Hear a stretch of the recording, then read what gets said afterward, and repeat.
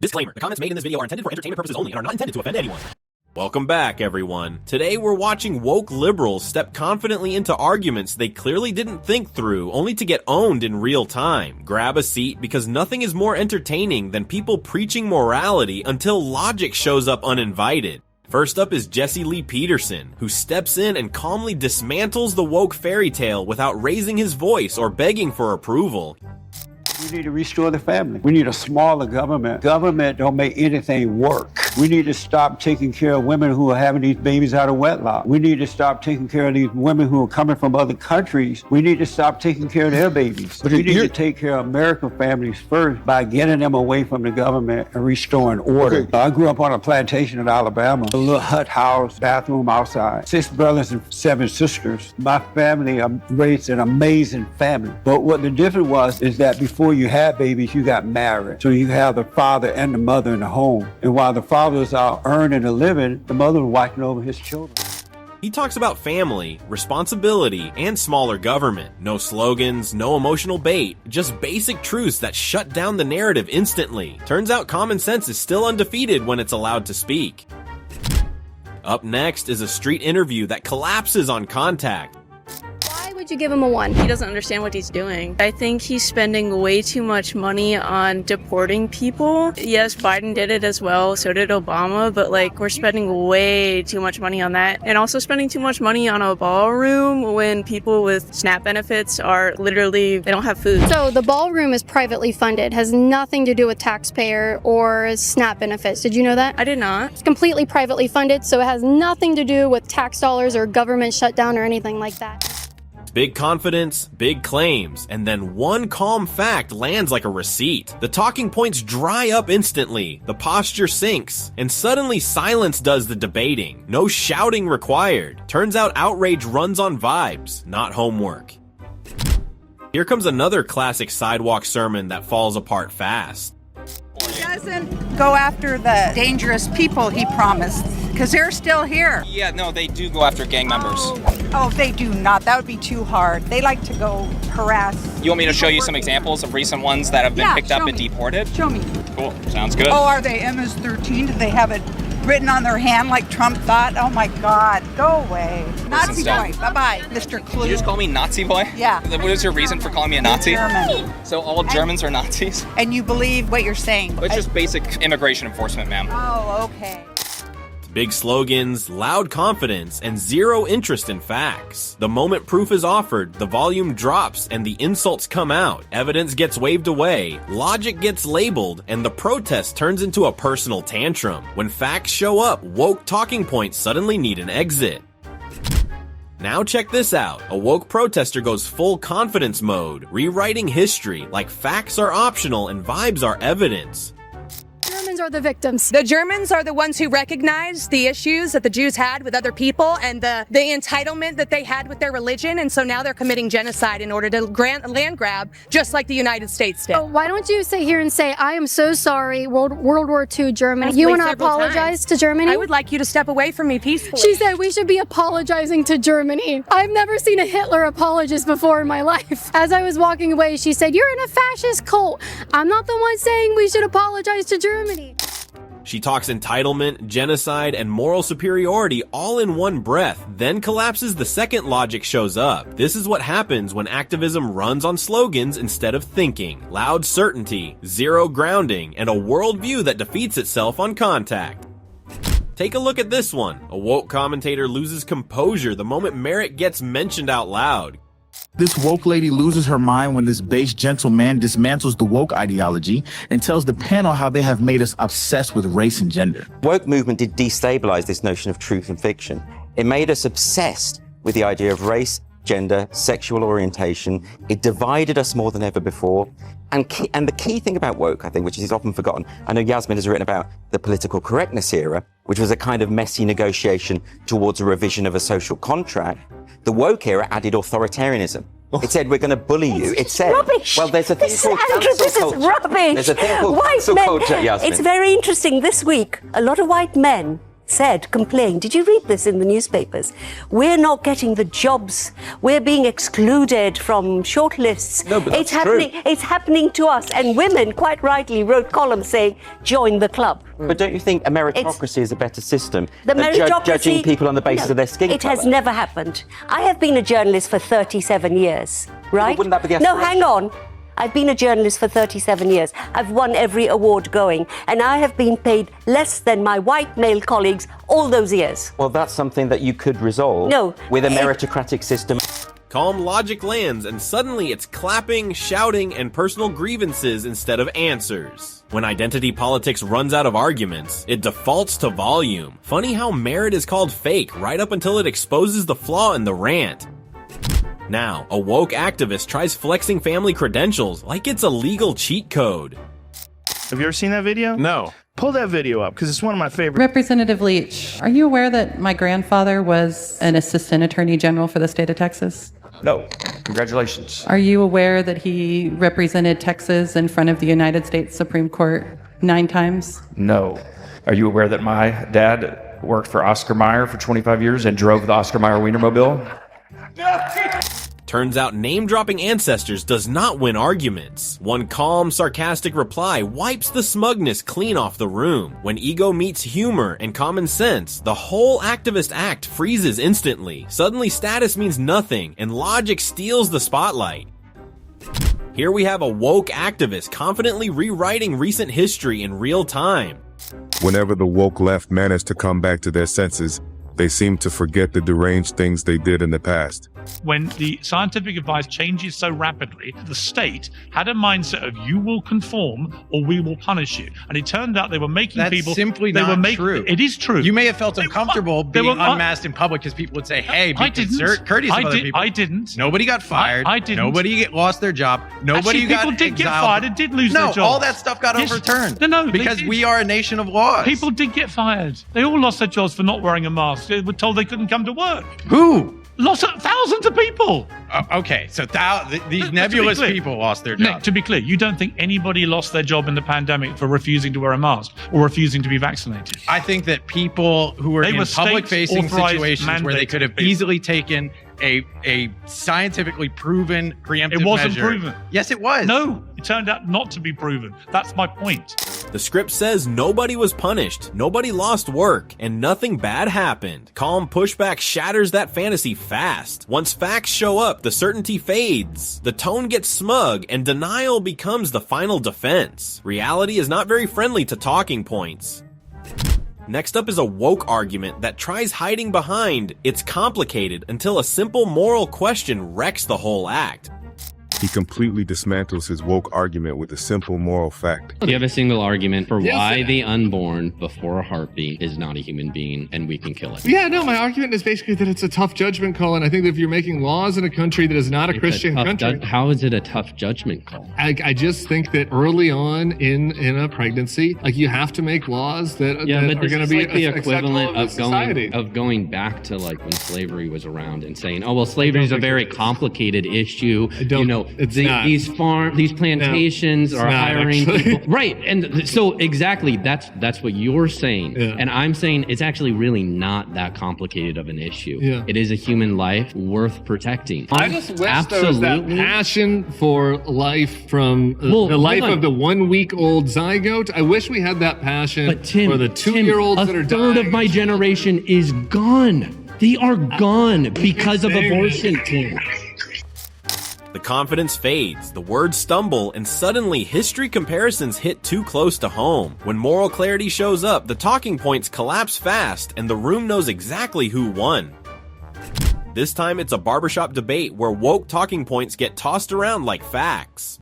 There's a gal right now, her name is Joy Reid. Look up her... I know Joy Reid. She's out of her mind. Look up her educational background. You don't think Harvard gave her a degree just because she was a black person or DEI, do you? I think she's an idiot. Joy Reid has said things that are so verifiably untrue, it's insane. Okay, so as a man, I'm going to respect your opinion, your frame of thought on that, right? I beg to differ tremendously, but nevertheless, though, let's really talk about where we need to go from here on. And that is the fact that black people have every sense of entitlement and as it relates to having reparations. And I don't know if you know this, black students in this country get more spending per pupil than white students. That's an actual fact. These were the reparations that were asked of white people throughout each decade given, and then we're told, no, that's not the real one. Whether you think they work or not. And by the way, I think they're I think we should completely suspend the Federal Department of Education. I think the Texas state could do a much better job. Those were done in the name of racial reparations because they were demanded, and now it's not enough. Big confidence, big claims, and zero numbers to back them up. Then actual data enters the conversation and the energy changes fast. The speeches stop, the sunglasses stay quiet, and suddenly reality is very uncomfortable to argue with.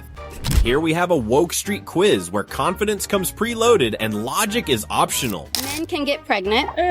Agree. Illegal immigrants deserve deportation. Disagree. We would be better off had Kamala won. Yes. Agree. White people harm America. Everyone does, actually. Would you say generally white people, for being white, harm America? Yes. In what ways? They haven't grew up. They haven't learned the true history of things that has happened to not only black people, but other races and nationalities too. And they still have their superiority. His ability to conduct business because he's trying to conduct. This is Julie Townsend. She's the executive director, and she says she's going to follow me and disrupt me from talking to people freely. I'm just gonna disrupt you. Okay, we'll move over here because I'm talking to a woman that's trying to tell me about the harm that white people have caused this country. Bold claims fly, boxes get checked, and nuance disappears on command. Then the conversation gets uncomfortable. Explanations wobble, and suddenly someone rushes in to shut it down. Nothing exposes shaky ideas faster than saying them out loud in public. Next up, we've got a woke gotcha that was supposed to sound brilliant. The reason that there is a housing crisis is that not enough houses have been built. And that we have 25 million people who shouldn't be here. Well, about a third of the construction workforce in this country is Hispanic. Of those, a large proportion are undocumented. So how do you propose to build all the housing necessary by removing all the people who are working in construction? Well, I think it's a fair question because we know that back in the 1960s when we had very low levels of illegal immigration, Americans didn't buy houses, didn't build houses. But of course they did. People say, well, Americans won't do those jobs. To work in construction? Of course you could. Americans won't do those jobs for below the table wages. They won't do those jobs for non-living wages. Confident setup, smug tone, and a question that thinks it cornered common sense. Then a calm answer flips the whole premise and exposes the real issue nobody wants to admit. The smile fades, the logic collapses, and suddenly the argument has nowhere left to stand. Now for a hearing that turns into a logic crash test. You equated gun deaths to heart disease in your opening statement. Yes, sir. Which is a greater public health problem, gun deaths or heart disease? Heart disease does kill more folks across the United States, largely in the About end of their life. 700,000? Mm-hmm. Gun deaths about 50,000? Correct. Do you support outlawing fried foods? I'm sorry. How does that relate to? Because fried foods contribute to heart disease, don't they? Big comparisons get thrown around like they are settled science. Then one calm question pulls the thread. The stats are confirmed, the analogy gets flipped, and suddenly there is nothing to say. When your own logic circles back on you, silence does the talking. Next up, we've got a street debate that evaporates on contact. I'm like, yeah, don't trust the government. I know that's the conservative ideology. But also, like, why are we promoting big business instead? These corporations that want to horribly come into our personal lives. I think that's pretty awful. What businesses? Oh my God. I can't speak to personal big businesses. Yeah, Okay. that in general. I'm still really against the Project 2025. Like, yes, these are the Has anything come true about Project 2025? quite a bit. What? And again, this is all stuff you can find out online. This is easily researchable. What has come true so far? So, thank you. You don't want to comment, or actually nothing from this Project 2025 hasn't come true? None of it's come true. What are you talking about? Okay, I just want to know how Project 2025 has come true at all. And I did like his fingernails though. Those were cute. Big claims about corporations and shadowy plans sound impressive until one basic follow-up shows up. Suddenly there are no names, no examples, and a quick exit strategy kicks in. Confidence talks loud, facts ask once, and the conversation walks away. Take a look at this, a street interview where certainty shows up without instructions. Why do you want him impeached? My green card process has been delayed because of him. So because of Trump? I'd say so. What did he do? What did he do? I think it's pretty clear. I'm worried about the future, the lineage of how people are going to take over, and I'd like to see him convicted. Of what? Convicted of just so many things that he's done. What's one thing? Well, the trying to get a foreign government to help us, to help him in the election, personal campaign. I think he's ruined our foreign policy. He's ruined the rights of Americans. He's dismantling everything that. Sorry, I get nervous in front of the camera. Everyone is sure about impeachment until one simple question asks why. Suddenly it is vibes, nerves, and long pauses, big opinions, tiny details, and a lot of awkward smiling. Turns out outrage is loud, but homework is optional in woke politics. Now, here's a street take that flips itself in real time. Shouldn't deport illegal immigrants because they might cure cancer or cure diseases. Would you agree with that? I don't see why not. Sounds like a good argument for why we shouldn't babies in abortion, right? Yeah. Amazing. I love that you're consistent with your views. So you're against abortion? Yeah. Wait, what? No. The logic sounds great when it targets immigration, but watch what happens when the same idea gets applied elsewhere. Agreement turns into panic, the nodding stops, and the mental brakes slam on. Turns out consistency is only popular until it backfires. Here's a good one as selective outrage finally gets called out loud. It is the selective outrage and what is actually behind it, because once again, if I have to get into one more fight with a f***ing Californian about how Trump is a Nazi when their heroes manipulated the law in such a nefarious way and there was zero outrage, and then they go, due process, you buffoon, do your homework before you tweet it one more time. Due process. Jillian, let's go. That's what we needed from Jillian, Michael. We're waiting on this all day, Jillian. A calm room turns electric as hypocrisy gets named without filters. The talking points crack, the buzzwords fall apart, and suddenly homework matters again. No dancing around it, no soft landing. Turns out yelling about morals hits different when receipts show up. Now for a hallway ambush that ends in seconds. Representative, will you commit to opposing a nationwide abortion ban? Will you commit to putting some sunscreen on those legs? Man, I gotta wear welding goggles out here, they're so wide.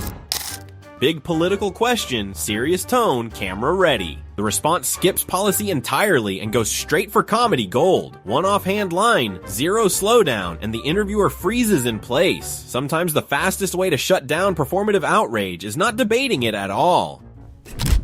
This time, virtue signaling meets a real-world follow-up. Would you guys be willing to take in asylum seeker to your home and foster them and take care of them? Yes, if we were involved with an organization that needed temporary placements for asylum seekers, that would be something we... Well, my organization is Liberty Hangout, and I have an asylum seeker. Illegal, yeah. The reason we can't do it right now is we are literally moving.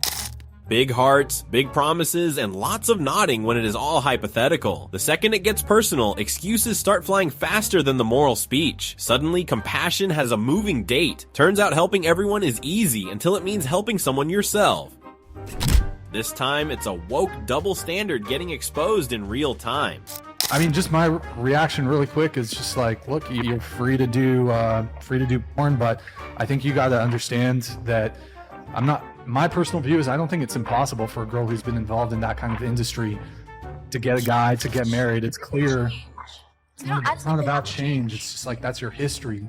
You don't think it's... Well, I think a woman can become a better version of herself, even if they went through a lot of stuff. Yeah. What about women who've been, like, trafficked and stuff? They can be... Whoa, you can't compare that at all. No, actually, that is... Let's not... You can't even bring that up. We're not Okay, but it's just like, don't judge people who've had a lot of... Some people, like, I didn't even know what I was getting into. Of course, well, actually, no, I will judge people who have had a lot of sex.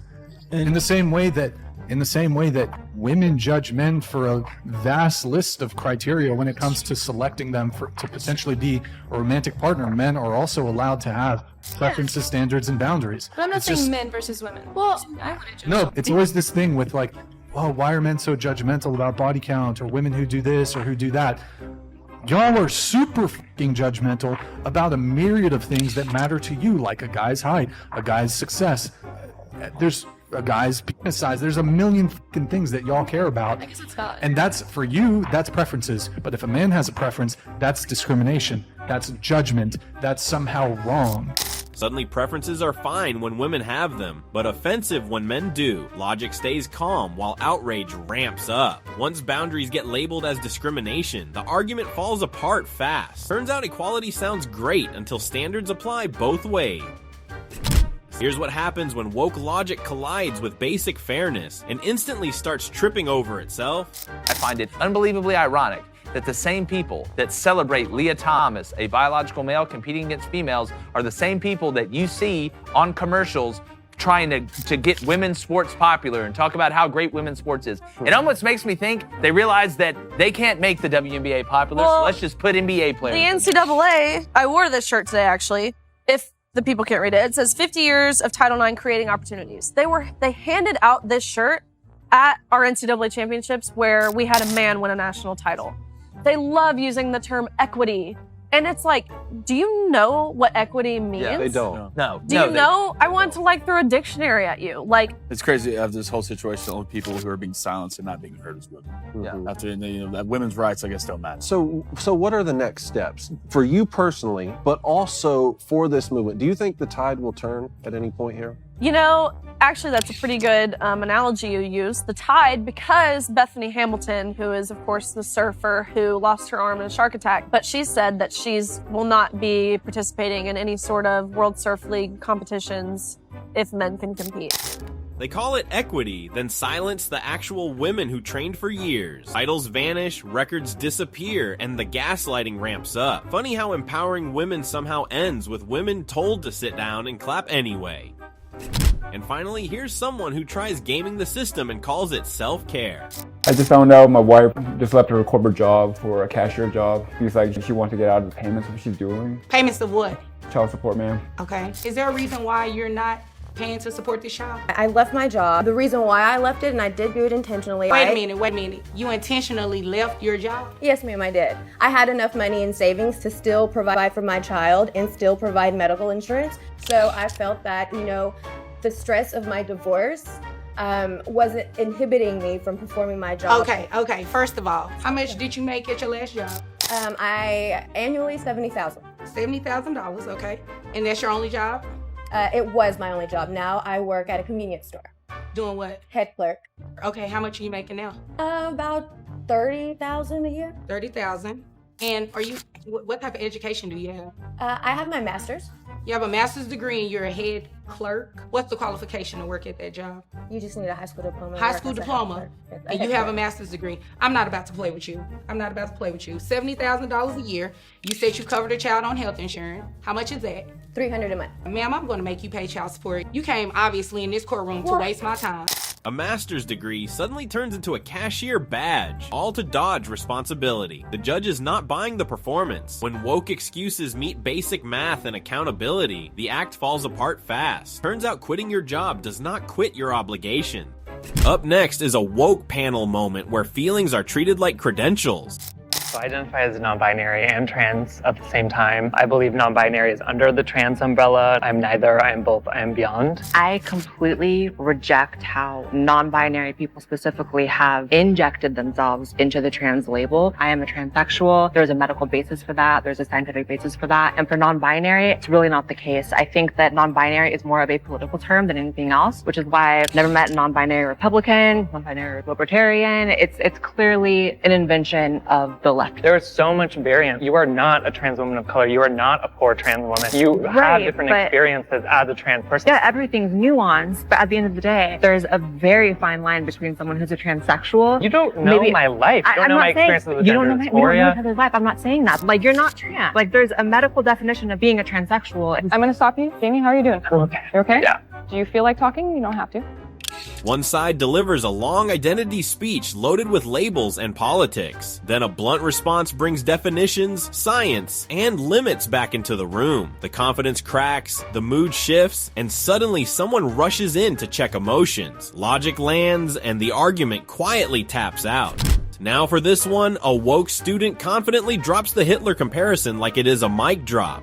We were asking students today, if Donald Trump was in your classroom, you were his teacher, what would you grade him on a scale? D. What has he done that bumps him up from an F? Has he done anything good? No. Not passing, but not an F. He's not close. quite Hitler, but Is he getting close? depends how you define it. Okay, why would you say that? I don't know. It's the people he associates with. It's not necessarily only stuff that he has said or done. It's the people, I guess you could say some of the more extreme people in the party. Specific names I'm a bit fuzzy on. He wants to halt migration from third world countries. Do you think we should halt all migration from third world countries? What is a third world country? Well, also called the Global South, also called developing countries. It's a country with probably not like a stable economy or government. Crime, poverty, lots of rape, oppressing women. Sorry, I didn't really consent to an interview. I just didn't want to be rude, so. Okay, yeah, no, I'm not holding you here. You can leave. Yeah, all right, at least you didn't call Trump Hitler. That's a good one, refreshing. I like that. Then comes the follow-up, simple questions, basic definitions, and suddenly the certainty disappears. No facts, no examples, just vibes and a quick exit. Turns out bold claims sound great until someone asks you to explain them out loud.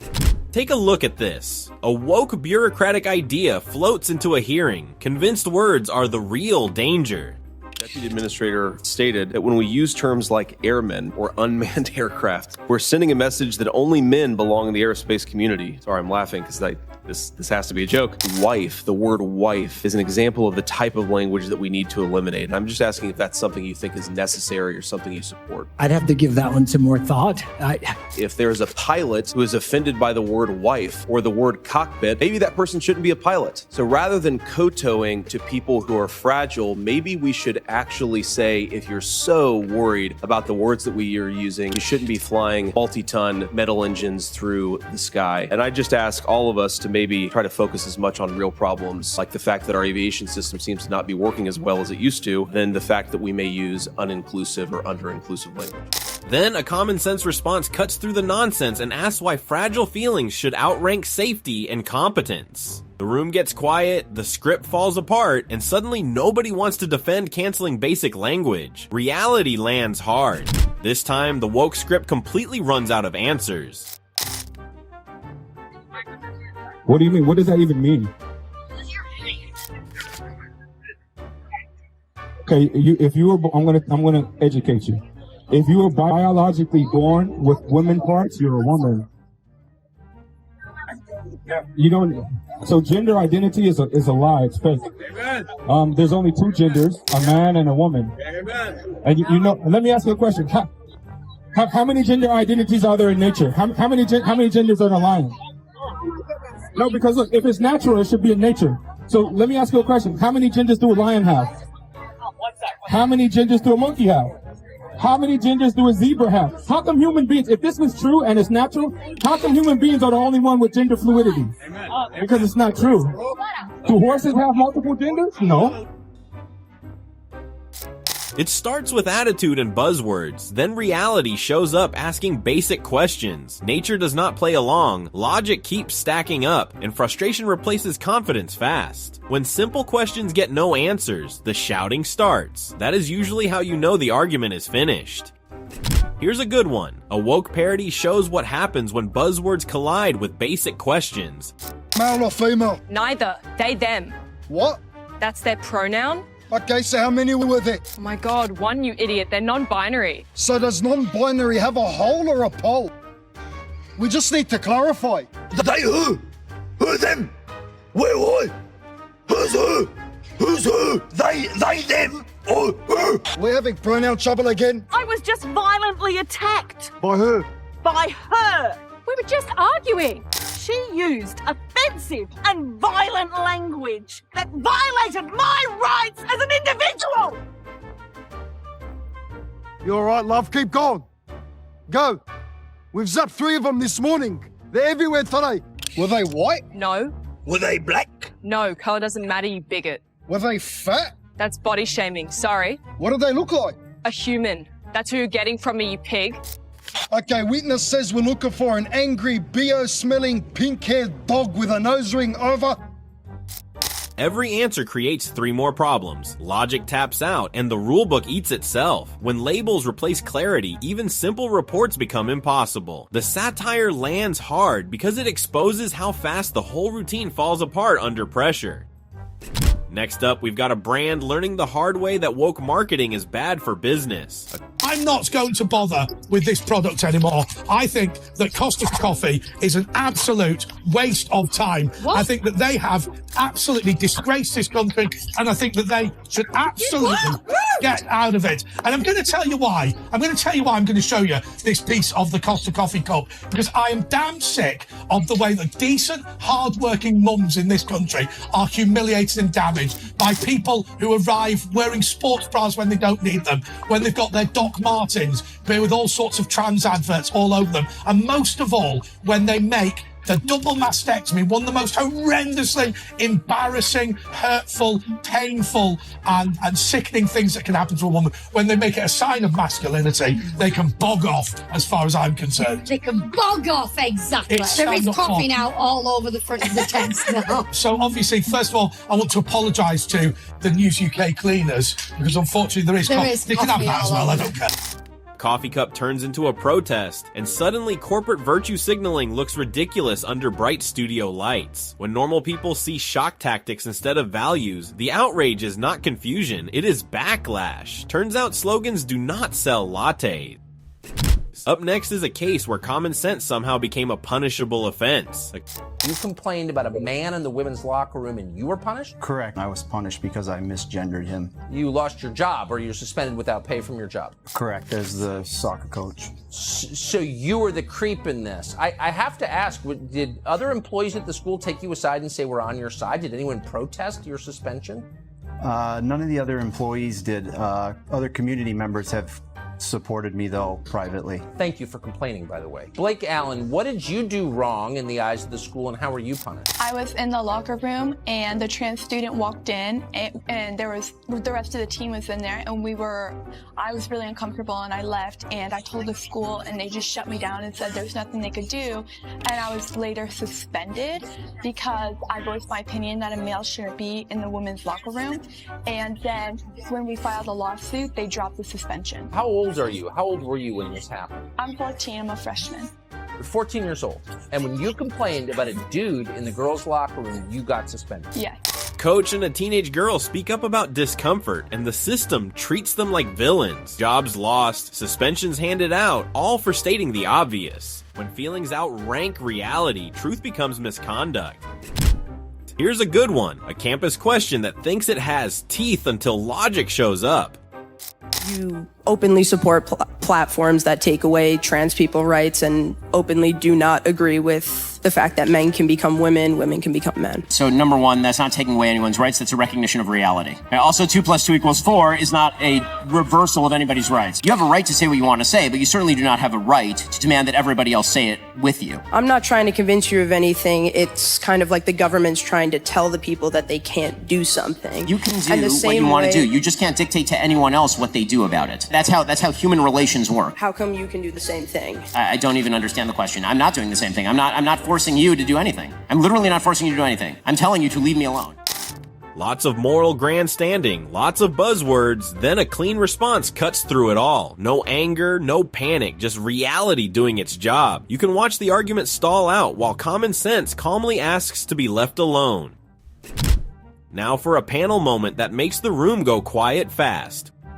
Having had my biological father murdered by a black man, having had my cousin shot in the head by a black man, we can talk numbers and statistics and what the people are doing and what the white man is doing and all that. But at the end of the day, I see we kill each other at a disproportionate rate than any other race. People that sometimes have your stance that are against conservatives have this claim that they're making it up, they're making up the numbers. We know that we do that to each other. So I want to get to the root of the issue. Why are we killing each other? I think the root of the issue is we've lost our values and we've lost our resilience as black people. We sit there and we talk about what the white man did and we talk about slavery and everything like that, but we have no self-accountability and say, you know what, at the end of the day, that is my black grandmother, that is my black sister, you are my black sister, and you know that a black man is more likely to rob you or commit some type of crime against you. Well, what's going on? I think it's the breakdown of the family.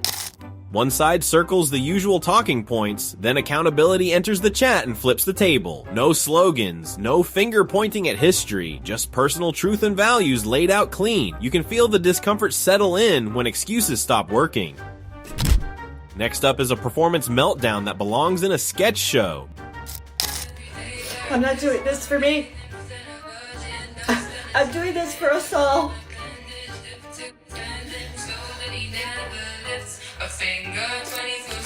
Why isn't it working?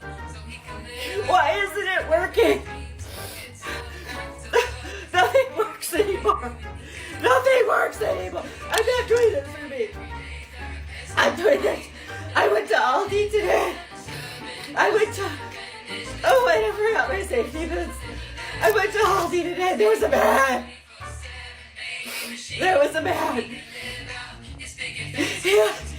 He let me in front of the line. He let me in front of the line. He looked at me and said, "You can go in front of me." Big emotions, zero stakes, and a polite grocery moment treated like a human rights crisis. The outrage spirals, logic never shows up, and then the reaction clip seals it. When satire hits this close to reality, even laughter taps out. Up next is a protest sign with plenty of attitude and zero homework. What legislation are you most upset about? There is the trans youth, gender affirming laws that they're trying to mix. Basically the LGBT stuff. All of it. It's 2023. Like, it's enough. The question is simple, the answer should be easier, but suddenly it is all stalling and vibes. Specifics disappear, feelings take over, and the year gets cited like it is a law book. Turns out shouting slogans is easier than knowing what you are mad about. This time, here's a podcast moment where the talking points hit a wall. I have a friend who has a trans kid. He's explained that, my child from a very young age consistently said, "I am a girl," and has never contradicted themselves, never changed their mind. And so the humane thing and the thing that he felt was good to do as a parent was to embrace that choice on his child's part. I shouldn't even phrase it as a choice, embrace that identity. If they think that they're a girl, why do you have to give them hormones to make them more of a girl? Because... I'm sorry, can you expand on the question? It's a simple question. If the child thinks it's a girl, let it be a girl. Why are you adding hormones? If you're shooting hormones into a child and you're affecting the child's development, you're saying that's not a choice, that's nonsense. Of course it's a choice. You're choosing to chemically change this child's body.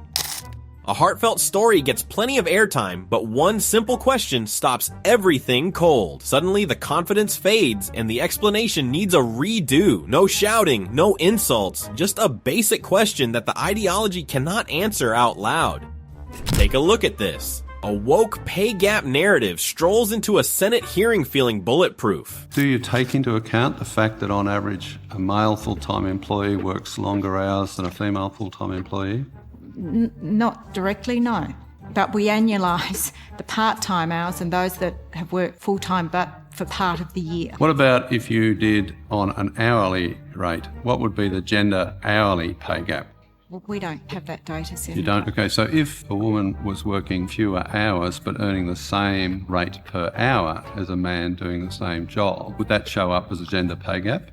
One calm question asks about hours worked, then another asks about hourly pay. Suddenly the data vanishes, the confidence freezes, and silence does the talking. Turns out slogans sound strong until someone checks how the math actually works. Here's a good one as a woke student storms in confident, armed with buzzwords and correction energy. Oh, I just wanted to ask you what you ate to yourself so badly at that frat party. Taco Bell. I think that if you're so smart, you're shaking. The people watching this is going to see how bad your camera's shaking right now. You look really nervous. You had no trouble when students were standing alongside you to try and heckle me, make fun of me. But the second I ask you for a conversation, you can't stand up for yourself. All I said is that you should use the correct terms. Developing country is the correct term. Correct from who? Who said that's the correct term? The dictionary. We don't use that word anymore because we're not racist. So talking about correct terms, what is a woman? A woman is someone who identifies as a woman. That's what the dictionary says. Yes. No. You said it's racist to use the term third world country. Why is that racist? They're only called third world countries because countries like ours have been exploiting them for a very long time. Why is it racist? Because we're specifically using that term to make them feel bad about who they are, and that is wrong. How is it racist?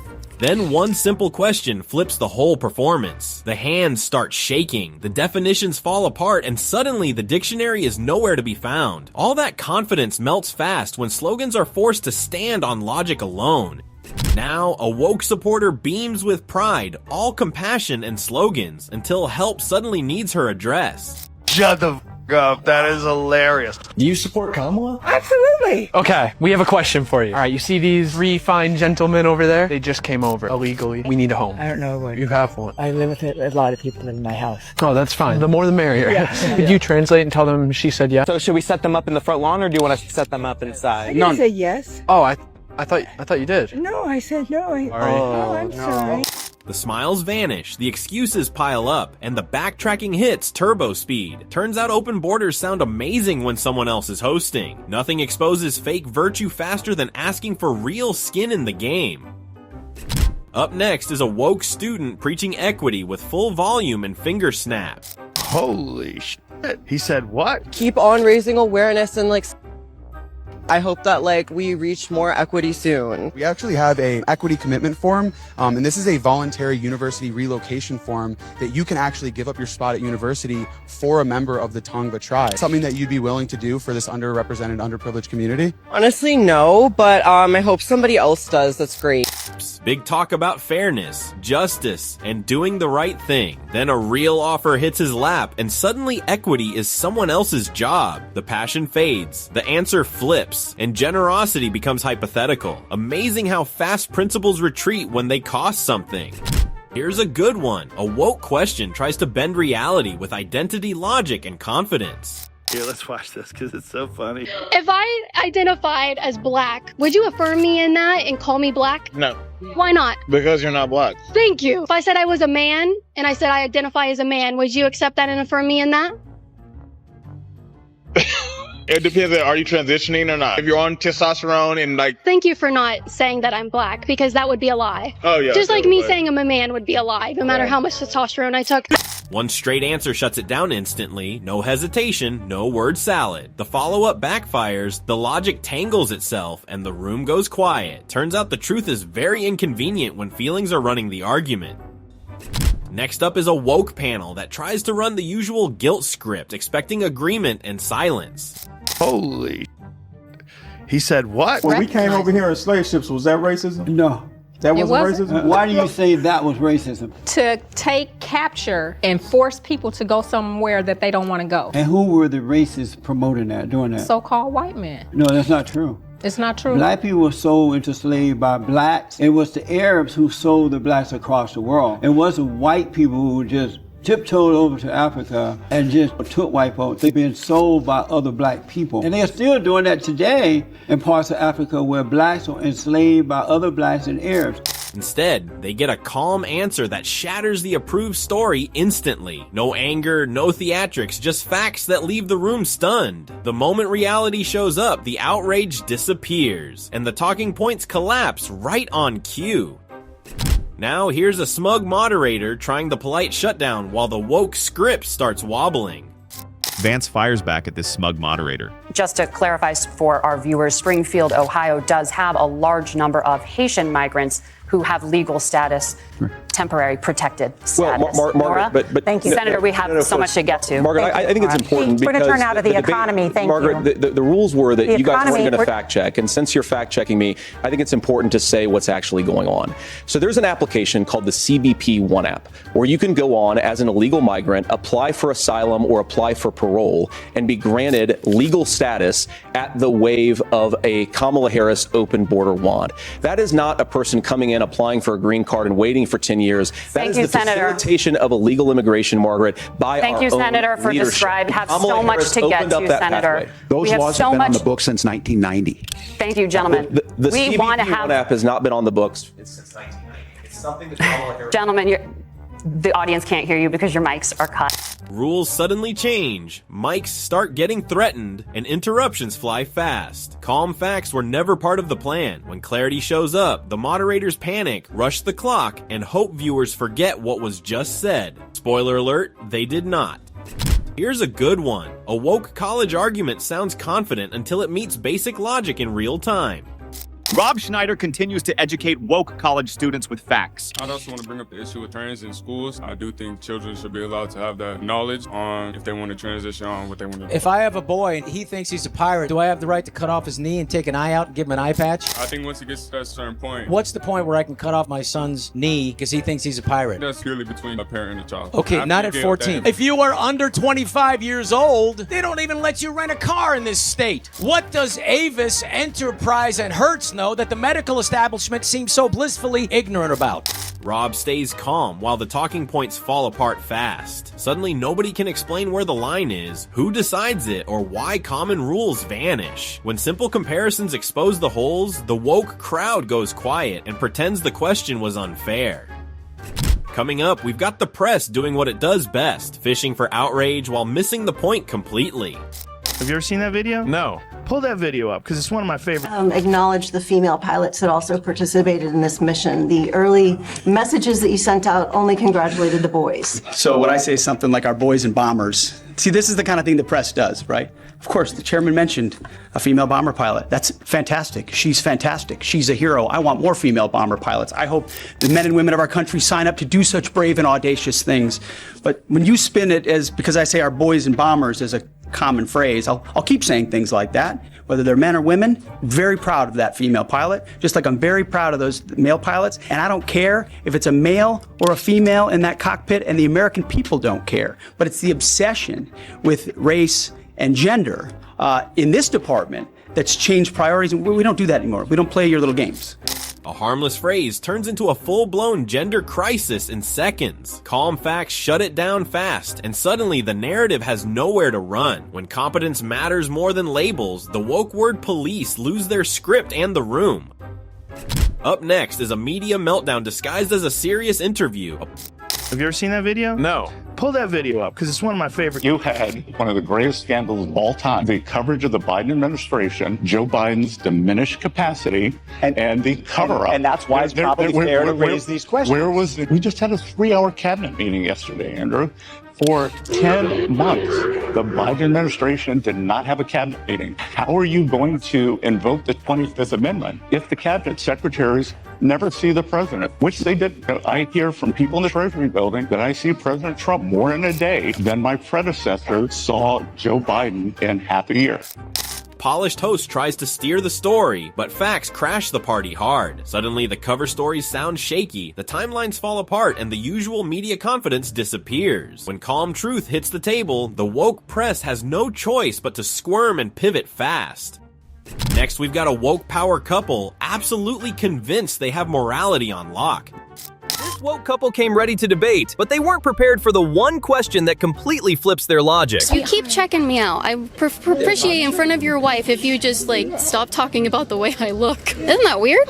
You usually judge women for the way they look like that in front of your wife. I'm taken. My husband's also here. What is your biggest issue with the Trump administration that drove you to come out today and protest? The biggest thing that drove me to come out today and protest was reproductive rights. And you said you're a Christian. Yes. What does that mean to you as a Christian? So I am a Christian, but I also believe that every woman should have bodily autonomy. Even the women in the womb? What do you mean, woman in the womb? So women in another woman's womb, does she have bodily autonomy? That is a fetus, that is not a woman. Okay, I've had 2 children. What was I pregnant with? Wait for it. You were pregnant with a child. The speeches are polished, the confidence is loud, and the buzzwords are flying. Then one calm question lands and the logic eats itself. No shouting, no insults, just an awkward pause and an accidental admission. That silence says more than their entire protest. Now, a woke street expert confidently lectures about laws she clearly learned from vibes and Twitter threads. Even Joe Rogan was surprised by this woke liberal. Here, let's watch this because it's so funny. ICE agents are also not doing their job within the full scope of the law. Many are not identifying themselves when being asked to. They are with masks on, which is also illegal, to not identify yourself with your face. What law makes that illegal? If you are a police officer or an agent of the law, you must identify yourself when asked by civilians. They are violating that when they are going into neighborhoods and being asked by people. So that's not illegal for them to do that. It's not illegal for ICE agents specifically to cover their face. It's actually not even illegal for them to not read someone their Miranda rights. They can detain anybody for any reason. That person must provide proof for their citizenship. They have every right to do that. That is 100% lawful. Okay. If you have something different and a law that backs you up, I would love to hear about it because maybe I'm wrong. Wait for it. You know, actually gonna ask that you don't post me on Liberty Hangout. I don't want my face anywhere near you. Then one calm question asks for something radical called an actual law. The confidence fades, the facts do not cooperate, and suddenly it is please do not post this. Nothing ends fake certainty faster than being asked to prove it. Here comes a classic as a woke questioner lines up a moral trap, confident that a buzzword will end the debate. Pregnant Candace Owens is not playing games. Recently in Texas, there was a boy who won the girls wrestling state championship. Do you think that he should have been allowed to compete in that division? I think that a man taking down a woman on a map should warrant a call to the police. If they want to have their own division, go for it. In fact, I would love to watch it. But what is unacceptable is that we have these divisions. This is for women, this is for men, and you have people that are allowing men to compete in these women's divisions and to obviously dominate. Riley Gaines, who has spoken about how she competed against Leah Thomas and it was not fair. I am open to Leah Thomas. Say it's not fair. Don't ask me a question and then cut me off when I give you the answer. It's just obnoxious. I am open to Leah Thomas and every other trans person having their own category at the Olympics and allowing them to compete. I love that you're saying this separate but equal. What? We already have men and women divisions, so is that separate but equal? Next question. The answer comes back fast, simple, and grounded in reality everyone already accepts. No panic, no backpedaling, just logic doing its job. The gotcha flips, the mic goes quiet, and the moment ends right there. Here comes a heckler who thought insults count as arguments. Pardon me? Are you an MS-13 member? Hey, that's okay. No. I got a question for you. Why don't you come up here and hand me that picture? Bring it! They got morons like this all over the country. This guy wouldn't like the surface nation. This guy ain't got the balls to be an ICE officer. He hasn't got the balls to be a Border Patrol agent. The only thing that surprised me, you don't have purple hair and a nose ring. Get out of here, you loser. I guarantee you, he sits down to pee. One cheap jab gets thrown from the crowd, and the response hits like a freight train. No dodging, no backing up, just direct energy and zero fear. The room erupts, the heckler disappears, and confidence proves louder than woke heckling ever was. Up next is a woke philosopher who starts defining feminism with 15 disclaimers, 3 identity footnotes, and 0 answers. What is feminism for you?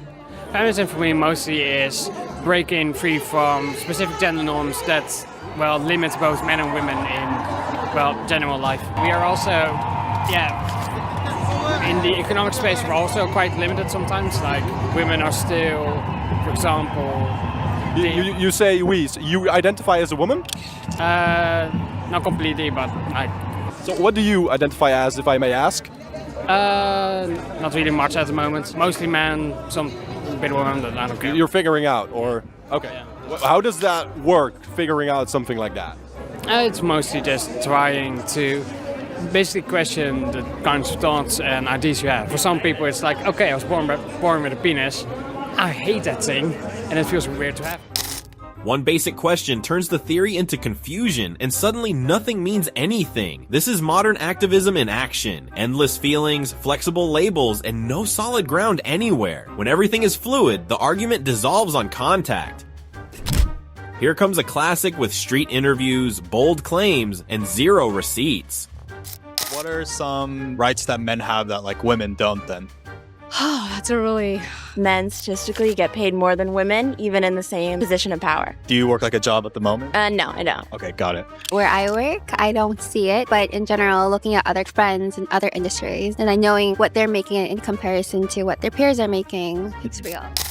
Woke logic says men have secret rights and magic paychecks, but the moment basic questions show up, confidence disappears. One talks theory, another cites statistics, and none can point to real-life proof. This is activism powered by vibes, not facts. And collapsing, the second reality taps the mic. And finally, we've got feelings versus facts, and it ends exactly how you expect.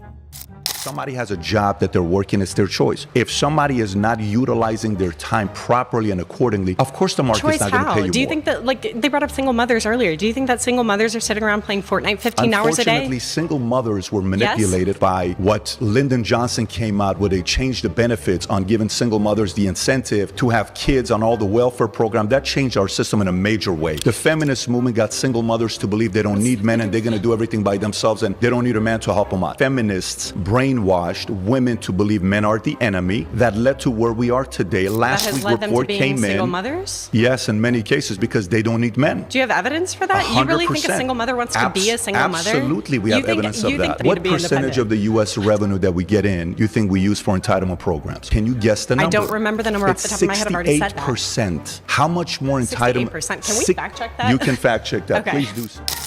Woke talking points try to dodge responsibility, but the moment numbers enter the chat, the script collapses. Patrick Bet-David sticks to logic, incentives, and accountability, while the argument runs out of steam fast. Turns out confidence fades when reality asks for receipts.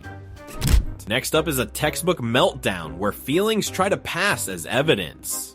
This is a perfect example of what happens when facts meet feelings. I was born black, I'll be black all my life. I don't want to hear anybody say that the Republican Party has not gone out of its way to keep people who look like me away from the ballot box, because it's painfully untrue. It is something that has been charged in the courts time after time, decade after decade, particularly across the South, where the largest concentration of black people live. Has anyone ever personally tried to stop you from voting? Answer, no. Number two, there are no illegal voters. Number three, in this country, I hate to remind you of our history, but it was the Democratic Party that tried to suppress black votes in this country, not the Republican Party. Big emotions, big accusations, and a lot of historical vibes doing the heavy lifting. Then calm questions start stacking up, facts get numbered, and the story collapses fast. Turns out outrage sounds powerful until someone asks for proof instead of applause. Finally, a woke panel kicks off with the usual discrimination script, confident it will sail through unchecked. Imagine getting schooled so hard that you cut to commercial. There's an entire community that feels discriminated against by the president. White men. The Somali community feels discriminated against by the president. He American, called them garbage. Joe Biden called us garbage. White American men are being discriminated on the basis of their race and gender. I would feel awful. What numbers do you have that this is a systemic issue? This is a big I don't care if it was a one-off issue. Nobody should be discriminated against because of their race or their sex. Second of all, the Compact article you mentioned, he does a very detailed job building upon years of other evidence. The other thing we have to discuss here, I am a female. I would feel awful if I got a role over a black male just because I'm a female, because I hit a different quota or target. It should always be based on meritocracy, on competency. I want whoever is most qualified for the job. Disparate outcomes is not indicative that it was the result of racism. So we have to stop pretending like, oh, well, if blacks have a slightly higher unemployment rate. It's double. It's not slight. My point is, it doesn't matter what it doesn't matter what it is. Let's push pause on this, and we will continue this conversation in just a sec. Then merit, consistency, and basic principles crash the party. The talking points stumble, the tension spikes, and suddenly it is time for a commercial break. Nothing ends a narrative faster than logic they did not plan for. And there it is, a reminder that social media doesn't forgive, and the louder you speak, the harder you fall. Like, share, subscribe, and keep watching woke people learn lessons the hard way.